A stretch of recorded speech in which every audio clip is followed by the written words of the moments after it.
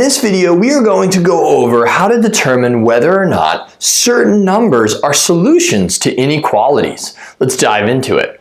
So we're asked to determine whether each number is a solution to the inequality 3 minus 2m is less than or equal to 14. So anything that's a solution to this inequality would make the inequality true, meaning if we evaluate a value for m, plug in a number for m, and simplify the left-hand side, if that m value is a solution, then the value we get out from here will be less than or equal to 14. Let's check out number 1. We're asked, is m equals negative 12 a solution to this? So we're going to take negative 12 and substitute it in for m. So I simply do 3 minus 2 times negative 12, substituting negative 12 in for m, is less than or equal to 14. And I like to put a question mark above it, even though that's not proper math notation, to kind of show my thinking of, is it less than or equal to 14? We're asking the question, not stating that it's true. So we're going to do 2 times negative 12, and really this is like doing negative 2 times negative 12. And that's going to be a positive 24. And we could even stop here and realize that 3 plus 24 is not less than or equal to 14. We'll simplify it down. 27 is not less than or equal to 14.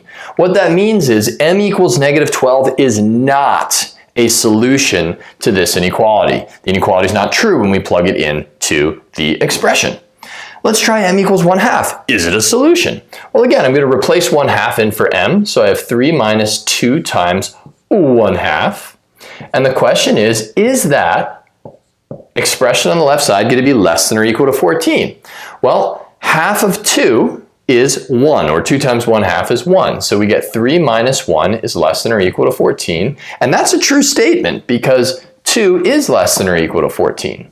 What that means is 1/2 is a solution to the inequality. I'm going to pause for a second. Let's just talk about how many solutions there typically are in an inequality.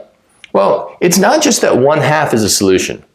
There's infinitely many solutions typically to an inequality. So there's many, many numbers, and you'll find that out in later videos, many values that work for an inequality, right? And we'll figure out how to solve those, especially in what is called a two-step inequality. So this is a solution, but it's not all the solutions.